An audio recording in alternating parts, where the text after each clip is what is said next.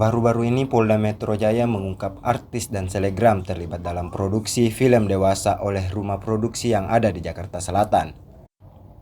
Direktur Reserse Kriminal Khusus Polda Metro Jaya Kombes Pol Ade Safri Simanjuntak menjelaskan pihaknya telah menetapkan 5 tersangka dan akan memanggil selebgram bernama Siskae dan Firly Virginia.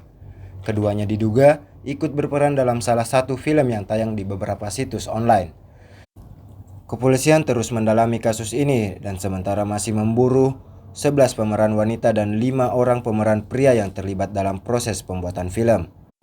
Ade menambahkan adapun bayaran pemeran film berkisar 10-15 juta rupiah dalam satu film yang diproduksi. Saat ini total 120 judul film dewasa telah ditransmisikan di sejumlah website. Diinformasikan, film yang tayang di situs online memiliki total 10.000 pengguna.